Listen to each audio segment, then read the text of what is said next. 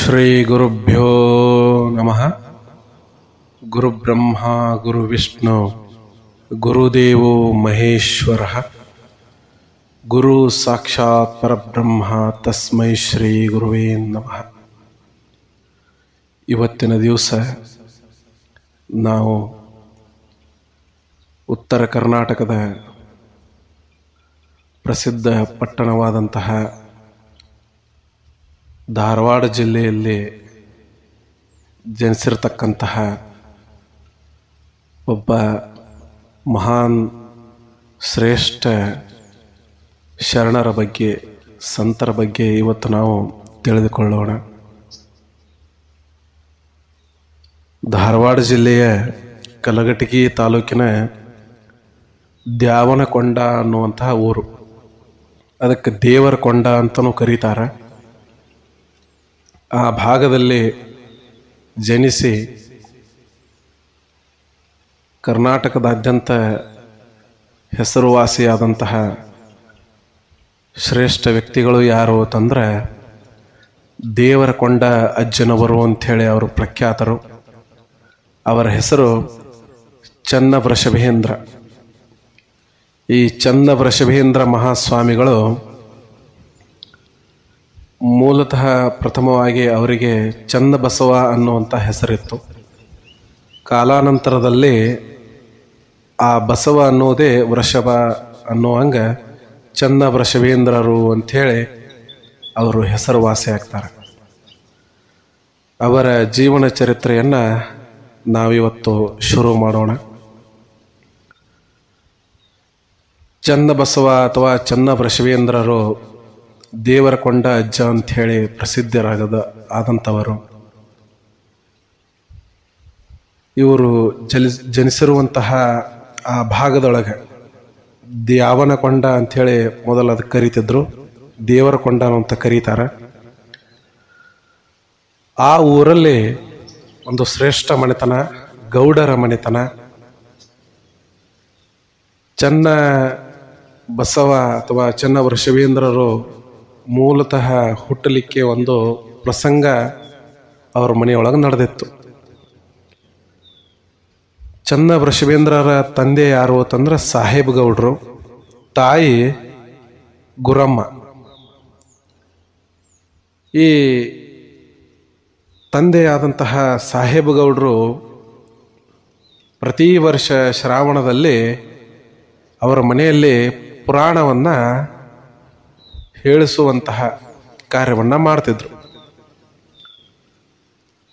ಅವಾಗ ಚನ್ನಬಸವ ಪುರಾಣವನ್ನು ಅವ್ರ ಮನೆಯಾಗ ಹಚ್ಚಿದ್ರು. ಆ ಪ್ರವಚನ ಕಾರ್ಯ ನಡೆದಿತ್ತು. ಆ ಸಂದರ್ಭದೊಳಗೆ ಸಾಹೇಬಗೌಡನ ಮಡದಿಯಾದಂತಹ ಗುರವ್ವಗ ಅವಳು ನವಮಾಸವನ್ನ ತುಂಬಿ ಇನ್ನೇನು ಪ್ರಸವ ಆಗಬೇಕು, ಆ ಸಂದರ್ಭನೂ ಕೂಡ ಅದೇ ಸಂದರ್ಭಕ್ಕೆ ಒದಗಿ ಬಂದಿತ್ತು. ಈ ಕಡೆ ಚನ್ನಬಸವರ ಪುರಾಣ ಶುರುವಾಗಿತ್ತು. ಅವಳಿಗೆ ನವಮಾಸವು ತುಂಬಿ 9 ದಿನಗಳ ಕಳೆದಿತ್ತು. ಈ ಕಡೆ ಚನ್ನಬಸವ ಪುರಾಣ ಮಂಗಲೋತ್ಸವ ಕಾರ್ಯ ನಡೆಯುವಂತಹ ದಿವಸ, ಕೊನೆಯ ದಿವಸ. ಆ ದಿವಸ ಮಂಗಲ ಕಾರ್ಯ ನಡೀತಾ ಇತ್ತು.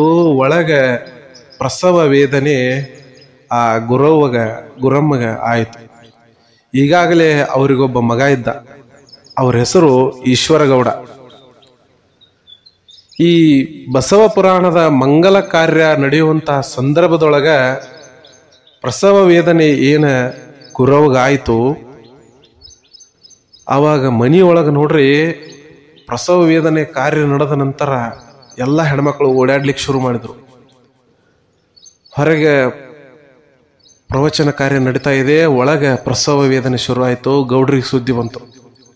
ಗೌಡ್ರ ಲಘು ಬರ್ರಿ. ಅವಾಗ ಸಾಹೇಬಗೌಡ್ರು, ಯಾಕೆ ಏನಾಯ್ತು? ಇಲ್ಲ, ಒಳಗೆ ಗುರಮ್ಮ ತಾಯಿಗೆ ಪ್ರಸವ ವೇದನೆ ಚಾಲು ಆಗ್ಯದ, ಇನ್ನೇನು ಕೆಲವೇ ಕ್ಷಣದೊಳಗೆ ಪ್ರಸವ ಆಗತೈತಿ ಅನ್ನುವಂಥ ಸುದ್ದಿ. ಈ ಕಡೆ ಬಸವ ಪುರಾಣ ಚಾಲು ಅದ, ಚನ್ನಬಸವ ಪುರಾಣ. ಬಸವ ಪುರಾಣ ಆ ಕಡೆ ಮಂಗಲ ಆಗ್ತಾ ಬಂತು, ಈ ಕಡೆ ಒಳಗ ಪ್ರಸವ ಆಯ್ತು. ಪ್ರಸವ ಆದ ಕೂಡಲೇ ಪ್ರಸವ ಬಹಳ ಒಳ್ಳೇದಾಗೈತಿ ಅನ್ನುವಂತ ಸುದ್ದಿ ಹೊರಗೆ ಮುಟ್ಟಿತು. ಇಲ್ಲ, ಒಳಗ ಗೌಡತಿಗೆ ಪ್ರಸವ ಆಗ್ಯದ, ಗಂಡು ಮಗು ಹುಟ್ಟೈತಿ. ಅವಾಗ ಸಂತೋಷ ಆದ ವಾತಾವರಣ ನೋಡ್ರಿ ಮನೆಯೊಳಗ. ಈಗಾಗಲೇ ಮೊದಲೊಬ್ಬ ಮಗ ಅದಾನ ಈಶ್ವರಗೌಡ, ಈಗ ಎರಡನೇ ಮಗುನು ಕೂಡ ಗಂಡು ಮಗು. ಈ ಸಂತೋಷದ ಕ್ಷಣದಲ್ಲಿ ನೋಡ್ರಿ, ಆ ಕಡೆ ಪ್ರವಚನ, ಈ ಕಡೆ ಪ್ರಸವ, ಎರಡೂ ಒಂದೇ ಟೈಮ್ದಲ್ಲಿ ಆಯ್ತಂತ ಹೇಳಿ ಆ ಕ್ಷಣಕ್ಕೆ ಸಾಕ್ಷಿಯಾಗಿ ಸ್ವಲ್ಪ ದಿವಸದ ನಂತರ ನಾಮಕರಣ ಶಾಸ್ತ್ರ ಮಾಡುವಾಗ ಸಾಹೇಬ್ ಗೌಡ್ರಂದ್ರು, ಇಲ್ಲ ನನ್ನ ಮಗ ಚನ್ನಬಸವ ಪುರಾಣ ಮಂಗಲೋತ್ಸವ ಕಾರ್ಯ ನಡೆಯುವ ಸಂದರ್ಭದೊಳಗೆ ಹುಟ್ಟ್ಯಾನ, ಅದಕ್ಕೆ ಅವನಿಗೆ ಚನ್ನಬಸವ ಅಂಥೇಳಿ ನಾವು ಹೆಸರಿಡೋಣ ಅಂಥೇಳಿ ತೀರ್ಮಾನ ಮಾಡಿದರು. ಆವಾಗ ಹುಟ್ಟಿದಂತಹ ಚನ್ನಬಸವ ಮುಂದೆ ಶ್ರೇಷ್ಠ ವ್ಯಕ್ತಿಯಾಗಿ, ಸಂತನಾಗಿ ಈ ನಾಡಲ್ಲಿ ಹೆಸರು ಮಾಡ್ತಾರ. ಚನ್ನಬಸವೇಂದ್ರರಾಗ್ತಾರ. ದೇವರ ಕೊಂಡ ಅಜ್ಜ ಅಂಥೇಳಿ ಅವರಿಗೆ ಮತ್ತೊಂದು ಹೆಸರು ಕೂಡ ಇದೆ.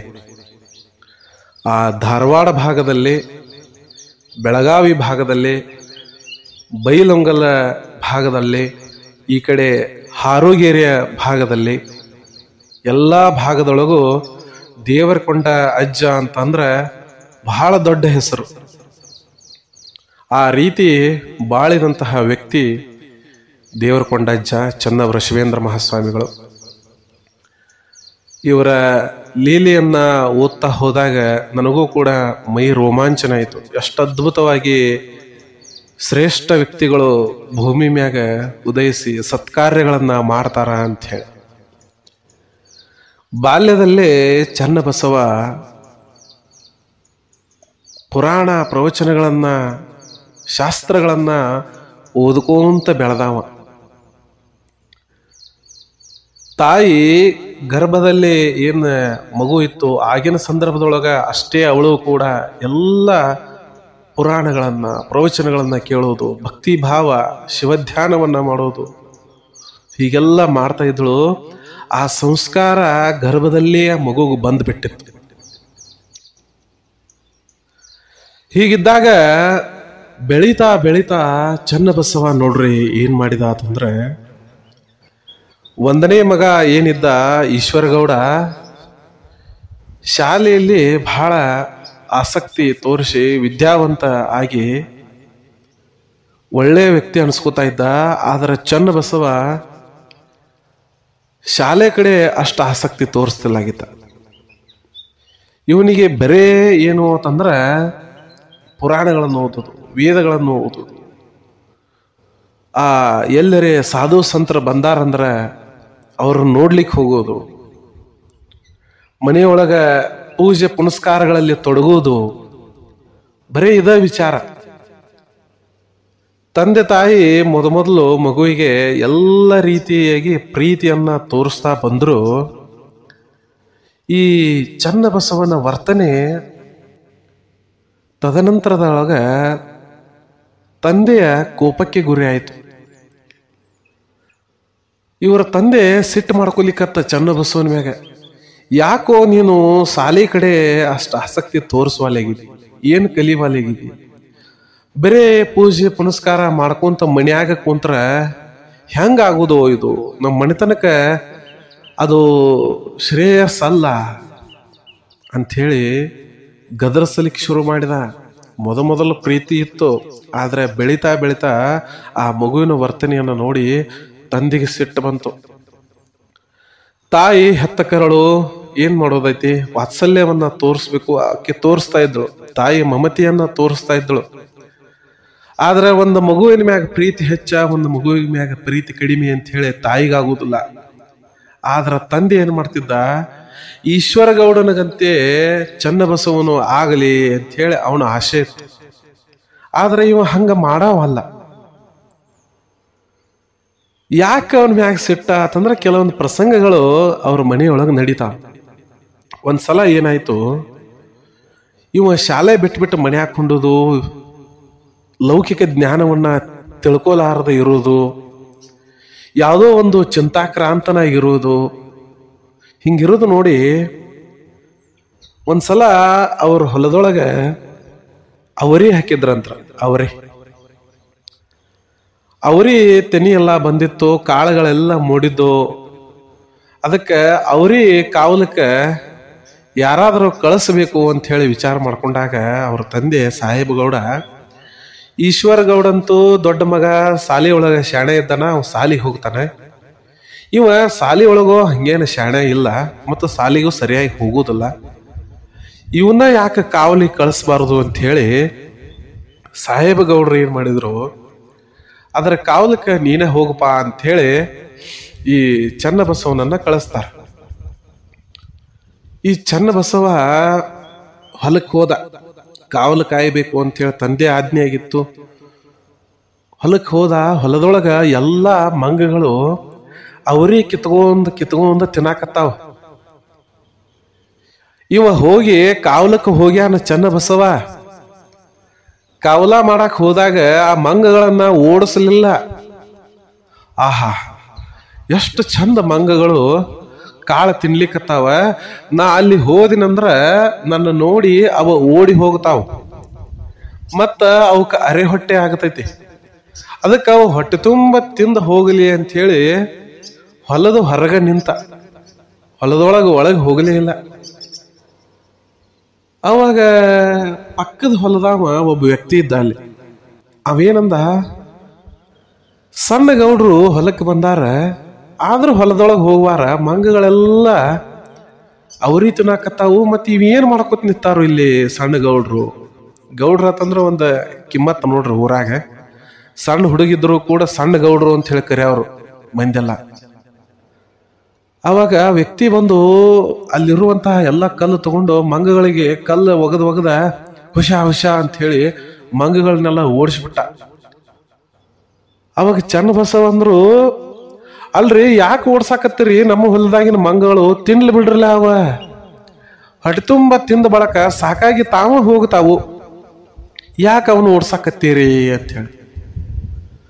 ಅಲ್ರಿ ಸಣ್ಣ ಗೌಡ್ರ, ಕಾವಲಕ್ ಅಂತ ಹೇಳಿ ಹೊಲಕ್ ಬಂದರಿ, ಮಂಗಗಳೆಲ್ಲ ತಿನ್ನಾಕತ್ತಾವು, ಮತ್ ನೀವು ಅದನ್ನ ಓಡಿಸಲ್ದ ಬಿಟ್ರಂದ್ರ ನಾಳೆ ಗೌಡ್ರು ರಾಶಿ ಮಾಡಿದ್ರಂದ್ರ ಕಾಳುಗಳನ್ನೆಲ್ಲ ಚೀಲ ತುಂಬಿದ್ರ ಇಳುವರಿ ನಿಮ್ಗ ಕಡಿಮೆ ಅಲ್ಲ ಏನು? ಮತ್ ನೀವು ಮಂಗಗಳ ತಿನ್ಲಿ ದನಕರಗಳು ತಿನ್ಲಿ ಅಂತ ಬಿಟ್ರೆ ಹೆಂಗ ಆಗ್ತೈತ್ರಿಪಾ? ಹಂಗ ಮಾಡಕ್ ಹೋಗ್ಬೇಡ್ರಿ, ಅವನ್ನೆಲ್ಲ ಓಡಿಸುತ್ತ ಬರ್ರಿ ಅಂತ ಅಂದ. ಅವಾಗ ಚನ್ನಬಸವ ಅಂದ್ರು, ಅವನ್ ಯಾಕೆ ಓಡಿಸ್ಬೇಕು? ಅವನ್ ಯಾಕೆ ನಾವು ಓಡಿಸ್ಬೇಕು? ಎಲ್ಲಾ ಪ್ರಾಣಿ ಪಕ್ಷಿಗಳಿಗೂ ಭೂಮಿ ಮ್ಯಾಗ ಬದುಕಲಾಕ ಸಮಾನ ಅವಕಾಶ ಐತಿ. ಎಲ್ಲಾ ಹೊಲದವ್ರು ಹಿಂಗ ಓಡಿಸುವಂತ ಹೋದ್ರ ಅವು ತಿನ್ನೋದಾದ್ರೂ ಏನು ಅಂದ. ಅವು ತಿನ್ನೋದಾದ್ರೂ ಏನೈತಿ? ಅವಾಗ ಈ ವ್ಯಕ್ತಿ ಅಂತಾನ, ಅಲ್ಲರಿ ಗೌಡ್ರ, ತಿನ್ಲಾಕ ಅವಕ್ ಸಾಕಷ್ಟು ಸಿಗ್ತೈತಿ, ಅವು ತಿಂತಾವ, ಅವ್ರ ಕಾಳಜಿ ನೀವ್ಯಾಕೆ ಮಾಡ್ತೀರಿ? ಆದ್ರೆ ಚನ್ನಬಸವಗ ನೋಡ್ರಿ, ಆ ಪುರಾಣ ಶಾಸ್ತ್ರ ವೇದ ಇವನ್ನೆಲ್ಲ ತಿಳ್ಕೊಂಡಿದ್ದ. ಅದ್ರ ಪ್ರಕಾರ ಮಾತಾಡವರು ಈ ಚನ್ನಬಸವ ಹುಡುಗ. ಅಲ್ಲ, ಮತ್ತ ದಾನ ಧರ್ಮ ಮಾಡ್ಬೇಕಂತ ಹೇಳಿ ಎಲ್ಲ ಐತಿ. ದನಕರು ಪ್ರಾಣಿ ಪಕ್ಷಿಗಳಿಗೆ ಆಹಾರವನ್ನ ಇಡಬೇಕು ಅಂತ ಹೇಳಿ ಶಾಸ್ತ್ರದಾಗೆಲ್ಲ ಹೇಳೈತಿ. ಮತ್ತ ಅದು ಶಾಸ್ತ್ರ ಎಲ್ಲ ತಿಳ್ಕೊಂಡ ಬಳಕ ಹಂಗ ನಡ್ಕೋದಿದ್ರೆ ಹೆಂಗ? ನಾವು ಇದ್ದ ಬದ್ದ ಕಾಡನ್ನೆಲ್ಲ ಕತ್ತರಿಸಿ ಹೊಲ ಮಾಡ್ಕೊಂಡು ಅವು ಇರೋ ಜಾಗದಾಗ ಬಂದ ನಾವು ಇಲ್ಲಿ ಬದುಕಲಾಕತ್ತರ, ಅವು ಎಲ್ಲಿ ಬದುಕಬೇಕು ಅಂತ ಹೇಳಿ ಪ್ರಶ್ನೆ ಕೇಳಿದ. ಆ ಎದುರಿಗಿದ್ದ ವ್ಯಕ್ತಿಗೆ ಮಾತಾಡ್ಲಿಕ್ಕೆ ತೋಚಲಿಲ್ಲ. ಮುಂದಂತಾನೆ ಚನ್ನಬಸವ, ನೀವು ಊರಾಗದೀರಿ ಅಂದ ಬಳಕ ಊರಾಗಿನ ಕಲ್ಲ ಮಣ್ಣ ತಿಂದ ನೀವು ಬದುಕ್ತೀರೇನು? ಇಲ್ಲಲ್ಲ. ಮತ್ತೆ ಕಾಡಿನೊಳಗ ಇದ್ದು ಕಾಡಿನೊಳಗಿಂದ ಎಲ್ಲ ತಿಂದು ಬದುಕಲಾಕ ನಾವೆಲ್ಲಿ ಬಿಟ್ಟಿದೀವು? ಎಲ್ಲ ಕಾಡನ್ನ ಕಡ್ದ ಹೊಲ ಮಾಡ್ಕೊಂಡಿವ್ ನಾವೇ. ಮತ್ತ ಎಲ್ಲರೂ ಹೊಲದವ್ರು ಓಡ್ಸಾಕತ್ರ ಅವಕ್ಕ ಊಟ ಸಿಗಬೇಕಲ್ಲ. ಅದಕ್ಕೆ ಎಷ್ಟು ತಿಂತಾವು ತಿನ್ಲಿ, ತಿಂದ ಬಳಕ ನಮಗ ಉಳಿತೈತಿ ಅಂತ ಹೇಳಂದ. ಈ ಮಾತು ಕೇಳಿ ಎದುರುಗಿಡ ಇರುವಂತ ವ್ಯಕ್ತಿ ಸುಮ್ಮಾದ. ಆ ಕ್ಷಣಕ್ಕೆ ಅವ ಸುಮ್ಮಾದ್ರೂ ಕೂಡ ಊರೊಳಗೆ ಬಂದು ಏನ್ ಮಾಡ್ತಾನ, ಈ ಚನ್ನಬಸವನ ತಂದೆ ದೊಡ್ಡ ಗೌಡ್ರು ಏನಿದ್ರು ಸಾಹೇಬ ಗೌಡ್ರು ಅವ್ರಿಗೆ ಬಂದು ಹೇಳ್ತಾನ, ಅಲ್ರಿ ಗೌಡ್ರ, ನಿಮ್ಮ ಮಗನ್ನ ಕಳ್ಸಿರಿ, ಅಲ್ಲಿ ಸಣ್ಣ ಗೌಡ್ರನ್ನ ಕಳ್ಸಿರಿ, ಅವರು ಮಂಗಗಳ ತಿನ್ಲಿ ಅಂತ ಹೇಳಿ ಹಂಗ ನಿತ್ತರ್ ನೋಡ್ರಿ ಗೌಡ್ರ ಅಂತ ಹೇಳಿ ಈ ಪಿರಾದಿ ಹೇಳೋದಂತಾರಲ್ಲ, ಚಾಡ ಹೇಳೋದು, ಅದನ್ನ ಹೇಳಿಬಿಟ್ಟ. ಮೊದಲ ದೊಡ್ಡ ಗೌಡ್ರಿಗೆ ಅವನ ಮ್ಯಾಗ ಕೋಪ. ಅಂತದ್ರಾಗ ಈ ವಿಷಯ ಏನು ಗೊತ್ತಾಯ್ತು, ಇವರನ್ನ ಕರೆಸಿರೋ, ಬಾ ಇಲ್ಲಿ ಚನ್ನಬಸವ, ಬಾ ಇಲ್ಲಿ ಅಂತ ಹೇಳಿ ಕರೆದು ಹಿಂಗ ಹೊಡೆದ್ರಲ್ರಿ ಚನ್ನಬಸವಗ. ಏನು ಮುಖ ನೋಡ್ಲಿಲ್ಲ, ಕಪಾಳ ನೋಡ್ಲಿಲ್ಲ, ಬೆನ್ನು ನೋಡ್ಲಿಲ್ಲ, ಕೈಕಾಲು ನೋಡ್ಲಿಲ್ಲ, ಎಲ್ಲಿ ಬೇಕಲ್ಲಿ ಬಡಿಲಾಕತ್ರು. ಅಷ್ಟು ಬಡದ್ರು ಬಾಲಕ ಒಂದು ಕಿಂಚಿತ್ತಾದ್ರೂ ತಪ್ಪಾಯ್ತು ಅಪ್ಪ, ನಾ ಇನ್ನೊಮ್ಮೆ ಹಿಂಗ ಮಾಡೋದಿಲ್ಲ ಅಂತ ಹೇಳಿ ಅನ್ಲಿಲ್ಲ. ತಪ್ಪಾಯ್ತಪ್ಪ, ಇನ್ನೊಮ್ಮೆ ಹಿಂಗ್ ಮಾಡೋದಿಲ್ಲ ಅಂತ ಅನ್ಲಿಲ್ಲ. ಸುಮ್ಮ ನಕ್ಕೋಂತ ನಿಂತು ಬಿಟ್ಟ ನೋಡ್ರಿ ಬಾಲಕ, ಸುಮ್ಮ ನಕ್ಕೋಂತ ನಿಂತು ಬಿಟ್ಟ. ಒಂದು ದಿವ್ಸ ಹಿಂಗ ನಕ್ಕೋಂತ ನಿಂತ, ಮರುದಿವ್ಸ ತಾಯಿ ಅಂದಳು, ಅಲ್ಲಪ್ಪ ನಿಮ್ಮಪ್ಪ ಹಿಂಗ ಬಡಿತಾನ, ಮತ್ತ ನೀ ತಪ್ಪಾಯ್ತು ಅಂತ ಹೇಳಿ ಅನ್ಬೇಕಿಲ್ಲೋ ಕಂದ, ಹಿಂಗ್ಯಾಕ್ ಮಾಡಿದಿ, ಎಷ್ಟು ಮೈ ಮೆತ್ತಗಾಯ್ತಪ್ಪ ನಿಂದು ಅಂತ ಹೇಳಿ. ಬಡ್ಸ್ಕೊಂಡ್ ಮೈ ಮೆತ್ತಗಾಗ್ತೈತೆ ಅಂತಾರ ನೋಡ್ರಿ ಹಂಗ. ಯಾಕಂದ್ರ ತಾಯಿ ಕರಳು ಮಗ ಏನ್ ದಡ್ಡ ಇರ್ಲಿ ಏನಿರ್ಲಿ, ತಾಯಿ ಹೆಂಗ ನುಗ್ಸ್ಲಿಕ್ಕೆ ಸಾಧ್ಯದ. ಅದಕ್ಕ ಹಿಂಗ ಮಾಡಾಕ್ ಹೋಗ್ಬೇಡಪ್ಪ, ನಿಮ್ಮ ತಂದೆ ಹೇಳ್ದಂಗ ಕೇಳು, ಅವ್ರ ಪ್ರೀತಿ ಪಾತ್ರರಾಗುವ ತಂದಾಗ ತಾಯಿಗೆ ಮಗ ಕೇಳಕತ್ತ. ಅಲ್ಲವಾ, ಮನ್ಯಾಗ ಪುರಾಣ ಹಚ್ಚತೀರಿ, ಪ್ರವಚನಗಳನ್ನ ಹಚ್ಚತೀರಿ, ಮತ್ತ ಅದ್ರೊಳಂಗ ನಾವು ನಡ್ಕೋಲಿಲ್ಲ ಅಂದ್ರ ಹೆಂಗ? ಮತ್ತ ಮೊದಲ ನೀ ಹೇಳಿಬಿಡ್ಲ, ಪುರಾಣ ಪ್ರವಚನಗಳ ಸುಳ್ಳು ಅದಾವ, ಅದ್ರಗಂತೆ ನಾವು ನಡ್ಕೋಬಾರ್ದು ಅಂತ ಹೇಳಿ ಮೊದಲ ನೀ ಹೇಳಿಬಿಡ್ಲ, ನಾನು ಹಂಗೆ ಇರ್ತೀನಿ. ನಾವು ಜನರಿಗೆ ಕೇಳ್ಸಾಕ ಪುರಾಣ ಹಚ್ಚೋದು, ಆದ್ರ ನಾವು ಮಾಡ್ದಿದ್ರೆ ಹೆಂಗ ಅಂತ ಹೇಳಿ ತಾಯಿಗೆ ಪ್ರಶ್ನೆ ಕೇಳಕತ್ತ. ತಾಯಿಗೂ ಮರು ಮಾತಾಡಕ ಬಾಯಿ ಬರ್ತಾ ಇಲ್ಲ. ಯಾಕ, ತಾಯಿನೂ ಒಬ್ಬ ಶಿವಭಕ್ತಿ ಅದಾಳ. ಅವಾಗ ಮಗ ಅಂದ, ಅಲ್ಲಪ್ಪ, ಮಗ ಅಂದ ತಾಯಿಗೆ, ಅಲ್ಲ ಯವ್ವ, ನೋಡು, ನಾವು ಒಂದು ಕೈಲಿ ದಾನ ಮಾಡ್ರೆ 10 ಕೈಲಿ ಕುಡ್ಲಾಕ ನಮ್ಮಪ್ಪ ಶಿವ ಇದಾನ ಅಲ್ಲ, ಶಿವ ಏನು ಬಡವಿದ್ದಾನೇನು, ಅವ ನಮಗ್ ಕೊಡ್ತಾನ, ಕೊಡುವಂತಹ ಮನಸ್ಸು ನಮ್ಮಲ್ಲಿ ಇರ್ಬೇಕಲ್ಲೇನು ಅಂತ ಹೇಳಿ ತಾಯಿಗಂದ. ಅವಾಗ ಗುರು ಅಂದಳು, ಅಲ್ಲೋ, ನೀ ಎಲ್ಲಾ ಮಕ್ಕಳ ಗತಿ ಯಾಕಾಗ್ಲಿಲ್ಲ, ಇಂಥ ವಿಚಾರಗಳು ನಿನ್ನ ತಲೆಯಾಗಿ ಯಾಕೆ ಬಂತು? ಕೊಡಬೇಕು, ದಾನ ಧರ್ಮ ಮಾಡಬೇಕು, ಹಂಗಂತ ಹೇಳಿ ಎಲ್ಲಗಳನ್ನ ಕೊಟ್ಟು ನಾವೇನು ತಿನ್ನೋದು ನಾಳೆ? ಎಲ್ಲ ಕೊಟ್ರ ನಾಳೆ ಹೆಂಗ್ ತಿನ್ನೋದು ಅಂತ ಹೇಳಿ ತಾಯಿ ಪ್ರಶ್ನೆ ಕೇಳ್ರಿ. ಮತ್ತ ಚನ್ನಬಸವನ ನಾಲಿಗೆ ಮ್ಯಾಗ ಉತ್ತರ ರೆಡಿನ. ನಾಳೆ ಚಿಂತೆ ಯಾಕೆ ಮಾಡ್ತಿ? ನಾಳೆ ಚಿಂತೆ ಮಾಡಬಾರ್ದು, ಈ ಸದ್ಯ ಈ ಕ್ಷಣ ಇರೋದು ಅಷ್ಟೇ ವಿಚಾರ ಮಾಡ್ಬೇಕು ಅಂತ ಹೇಳಿ ಪುರಾಣದೊಳಗ ಐತಿ, ಅದ್ ನಿನಗ್ ಗೊತ್ತಿಲ್ಲೇನೋ ಅಂದ. ಹಿಂಗ ಅಕ್ಕೊಂದ್ ಹೇಳುದು ಇವೊಂದ್ ಹೇಳುದು, ಅಕ್ಕೊಂದ್ ಹೇಳುದು ಇವೊಂದ್ ಹೇಳುದು, ಹಿಂಗ ಮಾತಿನೊಳಗ ಪೈಪೋಟಿ ಬಿತ್ತು. ಚನ್ನಬಸವ ಏನು ಸೋಲಿಲ್ಲ, ತಾಯಿನೇ ಸೋತಳು. ಯಾಕಂದ್ರ ಮಾಡಿದ್ದನ ಖರೆ ಐತಿ, ಮಾಡಿದ್ದನ ಖರೆ ಐತಿ, ಎಲ್ಲಾ ಪೂಜೆ ಪುನಸ್ಕಾರ ಮಾಡಿದ್ದ ಖರೆ ಐತಿ. ವೇದಗಳು ಹೇಳಿದ್ದು ಅದ, ಪುರಾಣಗಳು ಹೇಳಿದ್ದು ಅವ, ಶಾಸ್ತ್ರಗಳು ಹೇಳಿದ್ದು ಅದೈತಿ. ಅದರ ಪ್ರಕಾರ ಮಗ ನಡ್ಕೊಲಿಕ್ಕತ್ತಾನ. ಇನ್ನ ಬ್ಯಾಡ ಅನಾಕ ತಾಯಿಗೆ ಬಾಯಿ ಬರ್ವಾತು. ಹಿಂಗ ದಿನ ಕಳೀತಾ ಹೋಯ್ತು. ಒಂದು ಸಲ ತಾಯಿ ಪೂಜೆ ಮಾಡ್ಲಿಕ್ಕೆ ದೇವಸ್ಥಾನಕ್ಕೆ ಹೋಗ್ಯಾಳ. ಗೌಡ್ರು ಯಾವುದೋ ಒಂದು ಕೆಲಸದ ನಿಮಿತ್ತ ಊರಿಗೆ ಹೋಗ್ಯಾರ. ಈ ಸಂದರ್ಭದೊಳಗೆ ಆ ದ್ಯಾವನ ಕೊಂಡದೊಳಗೆ ಕೊರವಂಜಿಯರು ಒಂದು 4-5 ಜನ ಬಂದು ಊರಿನೊಳಗೆ ಬಿಡಾರ ಹೊಡಿದ್ರು. ಕಣಿ ಹೇಳೋರು, ಕೊರವಂಜಿಯವರು ಕಣಿ ಹೇಳೋರು ಇದ್ರಲ್ಲ, ಅವ್ರು ಬಿಡಾರ ಹೊಡಿದ್ರು, ಅಂದ್ರೆ ವಾಸ್ತವ್ಯ ಹೊಡಿದ್ರು. ಅವ್ರ ಮನಿ ಬಂದು ಕಣಿ ಹೇಳೇನ್ರವಾ, ಕಣಿ ಹೇಳೇನ್ರವಾ ಅಂತ ಬರೋರು. ಹಿಂಗ ಕಣಿ ಹೇಳಾಕ ಒಬ್ಬ ಕೊರವಂಜಿ ಗೌಡ್ರ ಮನಿಗೆ ಬಂದಳು.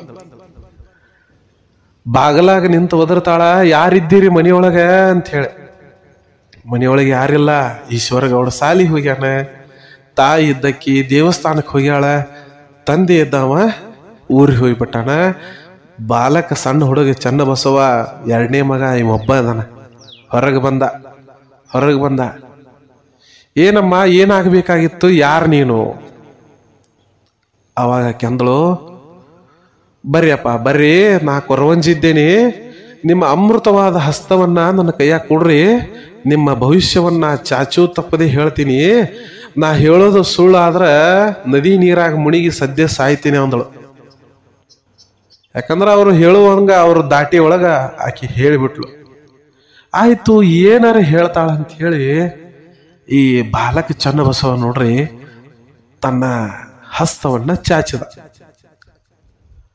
ಅವಾಗ ಕೊರವಂಜಿ ನೋಡ್ಲು, ಆಹಾ ಎಂತ ಅಮೃತವಾದವ ಹಸ್ತ ಇದು, ನಿನ್ನ ಹೆಸರು ಅಜರಾಮರವಾಗಿ ಉಳಿತೈತಿ ನಾಡಿನೊಳಗ, ನಿನ್ನ ಹೆಸರು ಅಜರಾಮರವಾಗಿ ಉಳಿತೈತಿ. ನಿನಗ 3 ಜನ ಹೆಂಡತಿಯರಿದ್ದಾರ, ಇಬ್ಬರು ಶಾಸ್ತ್ರೋತ್ರವಾಗಿ ಬಂದ್ರ ಮತ್ತೊಬ್ಬಳು ಹೆಂಗೋ ಬಂದು ನಡಬರಕ್ ಸೇರ್ಕೊಂಡು ನಿನ್ನ ಹೆಂಡತಿ ಆತಾಳ, 3 ಜನ ಹೆಂಡತಿಯರು ನಿನಗ ಅಂತ ಹೇಳಿ ಅಂದ್ಬಿಟ್ಲು. ಇಷ್ಟ ಅಂದಿದ್ದೆ ತಡ ಚನ್ನಬಸವಗ ಸಿಟ್ಟು ಭಾಳ ಬಂತು ನೋಡ್ರಿ. ಹಿಂಗ ಸಿಟ್ಟು ಬಂತು, ಆಕಿನ ಏನು ಹಸ್ತ ಕೊಟ್ಟಿದ್ದ ಆಕಿ ಕೈಯಾಗಿ ಇಟ್ಟಿದ್ದಲ್ಲ ಹಸ್ತ, ಕೈ ಕಸ್ಕೊಂಡು ಕೊರವಂಜಿ ಒಂದು ಜೋರಂಗೆ ಕಪಾಳ ಗೆಡ್ಡಿ ಒಂದು ಹೊಡೆದು ಬಿಟ್ಟ.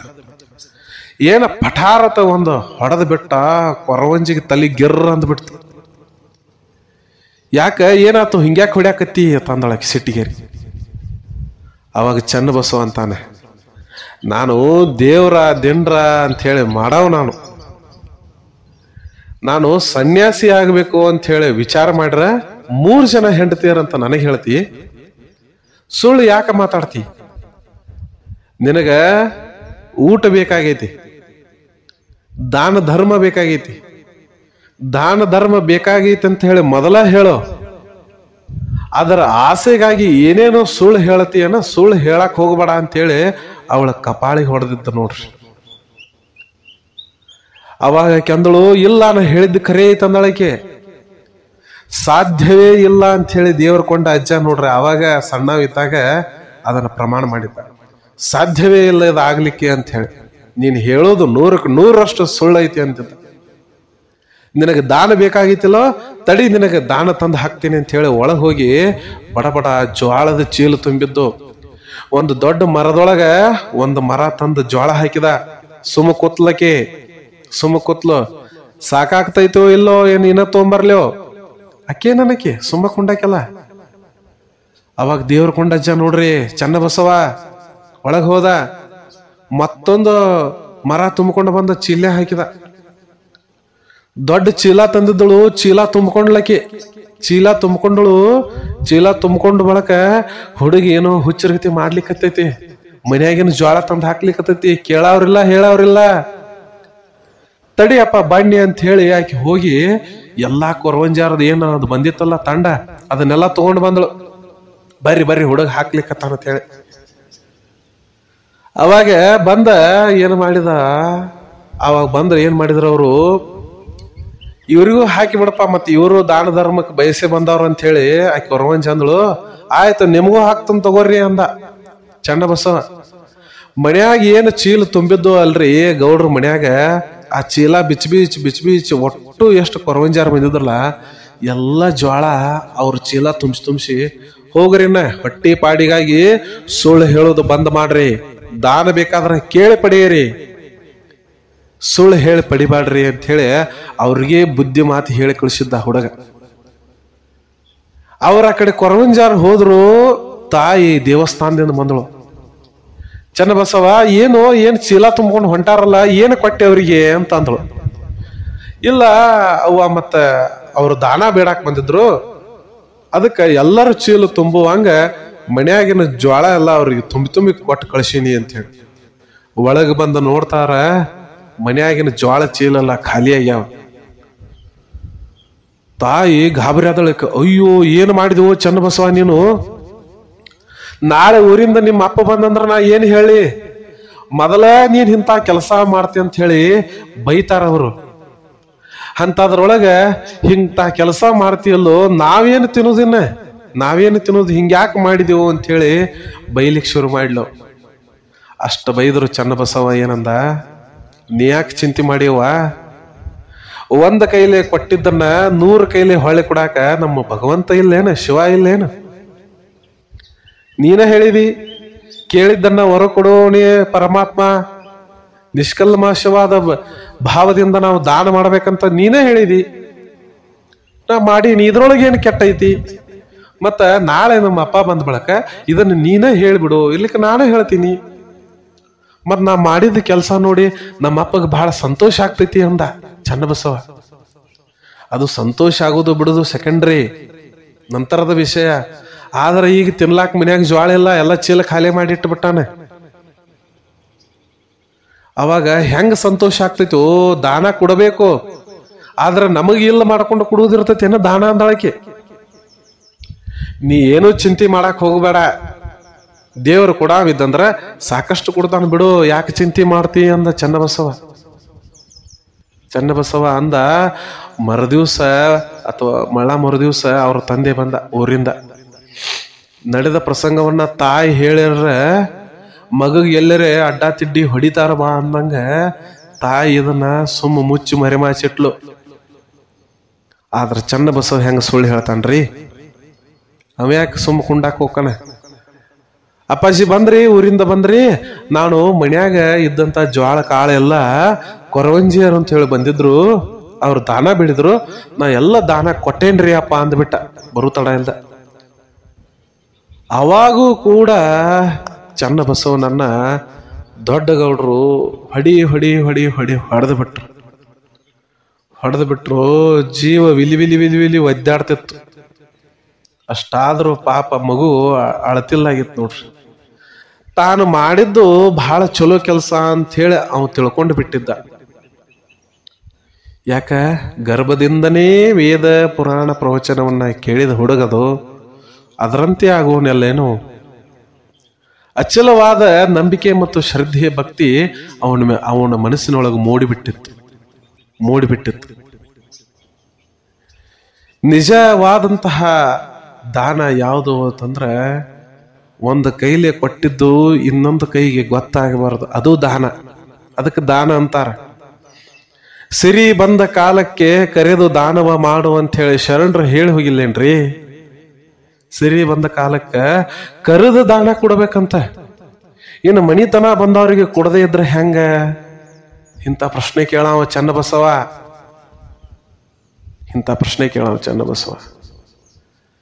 ಇಂತಹ ಮಗುವಿನ ನಿಷ್ಕಲ್ಮಶವಾದ ಭಕ್ತಿಗೆ ಶಿವ ಮೆಚ್ಚದೆ ಇರ್ತಾನೇನು?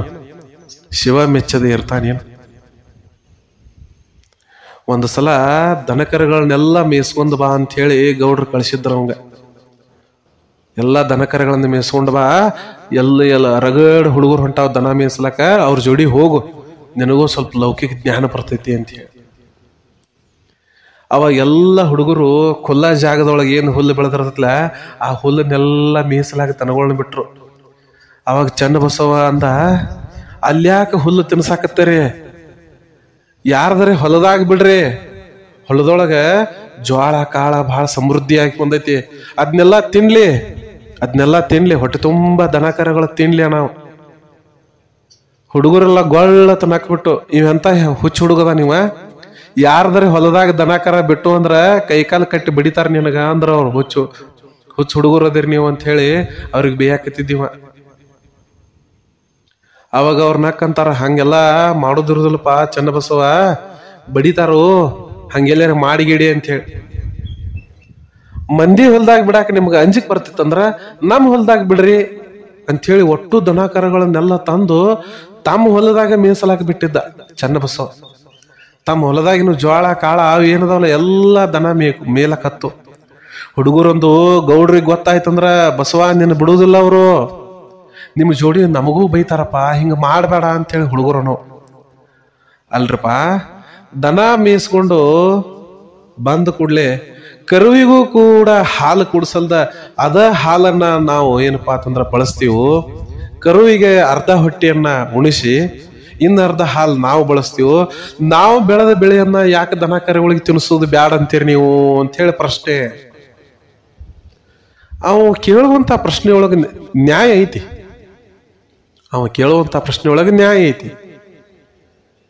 ಆದ್ರೆ ಹುಡುಗರು ಏನೋ ಸಣ್ಣ ಹುಡುಗರಲ್ಲ, ಹಂಗೆಲ್ಲ ಮಾಡೋದಿರೋದಿಲ್ಲಪ್ಪ.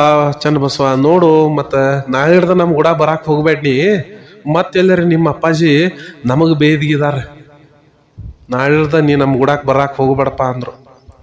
ಇಂಥವೆಲ್ಲ ಪ್ರಸಂಗಗಳನ್ನ ಬಾಲ್ಯದಲ್ಲಿ ಚನ್ನ ಬಸವ ಮಾಡ್ತಿದ್ದ. ಅದರ ವಿಪರ್ಯಾಸ ಏನು ಗೊತ್ತೇನ್ರಿ, ಕೊನೆಗೆ ಏನಾಯ್ತು ಅಂತಂದ್ರ, ಯಾವ ತಮ್ಮ ಹೊಲದಲ್ಲಿ ಮಂಗಗಳ ಕಾಳು ತಿಂದು ಹೋಗಿದ್ದು, ಮನ್ಯಾಗಿನ ಜ್ವಾಳ ಎಲ್ಲ ಏನಪ್ಪಾ ಅಂತಂದ್ರ ದಾನ ಧರ್ಮ ಅಂತ ಹೇಳಿ ಕೊರವಂಜಿಗೆ ಪಟ್ಟಿದ್ದ. ದನಕರಗಳ ಮೇಲಿ ಅಂತ ಹೇಳಿ ಅವ್ರ ಹೊಲದಾಗಿನ ಜ್ವಾಳದ ದಂಟ, ಮೆಕ್ಕಿ ತಿನ್ನಿ ದಂಟ, ಇವು ಏನದಾವಲ್ಲ ಎಲ್ಲವನ್ನ ತಿನ್ನಿಸ್ಬಿಟ್ಟಿದ್ದ ದನಕರಗಳಿಗೆ. ಶಿವ ಇವನ ನಿಷ್ಕಲ್ಮಶವಾದ ದಾನಕ್ಕೆ, ಭಕ್ತಿಗೆ ಮೆಚ್ಚದೇ ಇರ್ಲಿಕ್ಕೆ ಹೆಂಗ್ ಸಾಧ್ಯ ಅದ? ಪ್ರತಿ ವರ್ಷ ರಾಶಿ ಮಾಡಿದಾಗ ಏನ ಅವ್ರ ಮನ್ಯಾಗ ಚೀಲಗಳು ಬರ್ತಿದ್ವಲ್ಲ, ಅದಕ್ಕಿಂತ ಹೆಚ್ಚು ರಾಶಿ ಚೀಲಗಳು ಅವ್ರ ಮನ್ಯಾಗ ಸಂಗ್ರಹ ಆಗಿತ್ತು ನೋಡ್ರಿ. ಎಂತ ವಿಚಿತ್ರ ನೋಡ್ರಿ ಇದು. ಒಂದು ಕೈಲೆ ನಾವು ಕೊಟ್ರ 10 ಕೈಲೆ ಕೊಡ್ಲಾಕ ಭಗವಂತ ಕಾಯ್ತಿರ್ತಾನ. ದೇವರ ಒಮ್ಮೆ ಕೊಡಲಾಕ ನಿಂತಂದ್ರ ತಗೋಳಾಕ ನಮಗೆ 2 ಕೈ ಸಾಲುವುದಿಲ್ಲಂತ. ಆದ್ರೆ ನಿನ್ನಲ್ಲಿ ಅಂತಹ ದಾನದ ಗುಣ ಇರಬೇಕೋ ಹೌದಿಲ್ಲೋ? ನಿನ್ನಲ್ಲಿ ಅಂತ ದಾನದ ಗುಣ ಇರ್ಲಿಲ್ಲ ಅಂದ್ರೆ ದೇವ್ರ ಹತ್ತಿಗೆ ಹೋಗಿ ನಾವು ಬೇಡ್ಕೊಂತ, ಯಪ್ಪ ನನಗಾದು ಕೊಡು, ಇದು ಕೊಡು, ಇದು ಕೊಡು, ಅದು ಕೊಡು ಅಂತ ಬೇಡ್ಕೊಂತ ಕೊಂಡೋದಾಯ್ತಲ್ರಿ. ನಮ್ದು ಬೇಡ್ಕೊಂತ ಕೊಂಡೋದಾಯ್ತಲ್ಲ. ರೂಪಾಯಿ ಕೊಟ್ಟಂದ್ರ ಒಂದು ಚಾರಣೆ ಭಾಗ ದಾನ ಮಾಡು. 10 ರೂಪಾಯಿದಷ್ಟು ಇತ್ತಂದ್ರ 1 ರೂಪಾಯಿದಷ್ಟು ಕೊಡು. 100 ಇತ್ತಂದ್ರ ಒಂದು 10 ರೂಪಾಯಿದಷ್ಟರಿ ಕೊಡಪ್ಪ. ನಿನ್ನ ಹತ್ತಿಕ್ಕೆ ಎಷ್ಟೈತ್ ನೋಡ, ಅದ್ರೊಳಗ ಒಂದು ತುತ್ತು ಬ್ಯಾರೆಯವರಿಗೆ ದಾನ ಮಾಡಬೇಕು ಅಂತ ದಾನದ ಮಹತ್ವವನ್ನ ಚನ್ನ ಬಸವ ಬಾಲ್ಯದಲ್ಲೇ ಮಾಡಿಬಿಟ್ಟಿದ್ದ. ಇಂತಹ ಚನ್ನ ಬಸವ ಬೆಳೀತಾ ಬೆಳೀತಾ ಬೆಳೀತಾ ಎಂತಹ ವ್ಯಕ್ತಿ ಆದ. ಮನೆಗೆ ಮಾರಿ ಊರಿಗೆ ಉಪಕಾರಿ ಅಂತ ಹೇಳಿ ಅವ್ರ ಮನ್ಯಾಗ ತಿಳ್ಕೊಂಡಿದ್ರು. ಆದ್ರ ಭಗವಂತ ಏನ್ ಮಾಡಿದ, ಊರಿಗೂ ಉಪಕಾರಿ ಆಗು, ನೀನು ನಿಮ್ಮ ಮನೆಗೂ ಉಪಕಾರಿ ಆಗು, ಈ ನಾಡಿಗೆ ಉಪಕಾರಿ ಆಗು ಅಂತ ಹೇಳಿ ಅವನನ್ನ ತಯಾರು ಮಾಡಿಬಿಟ್ಟಿದ್ದಲ್ರಿ ಭಗವಂತ. ತಯಾರು ಮಾಡಿಬಿಟ್ಟಿದ್ದ. ಮುಂದ ಈ ಚನ್ನ ಬಸವ, ಚನ್ನ ಋಷಭೇಂದ್ರ ಹೆಂಗಾದ, ಎಂತಹ ಲೀಲೆಗಳನ್ನ ಮಾಡಿದ ಅಂಥೇಳಿ ನಾವು ಒಂದೊಂದಾಗಿ ಮುಂದಿನ ದಿನಗಳಲ್ಲಿ ನೋಡ್ತಾ ಹೋಗೋಣ. ಮತ್ತೊಂದು ಚರಿತ್ರೆಯನ್ನ ಮುಂದಿನ ಭಾಗದಲ್ಲಿ ನಾನು ನಿಮ್ಮ ಮುಂದೆ ಪ್ರಸ್ತುತಪಡಿಸ್ತೇನೆ. ಅಲ್ಲಿಯವರೆಗೂ ಸರ್ವೇ ಜನಃ ಸುಖಿನೋ ಭವಂತು, ಸಕಲ ಸನ್ಮಂಗಳಾನಿ ಭವಂತು. ನಮಸ್ಕಾರ.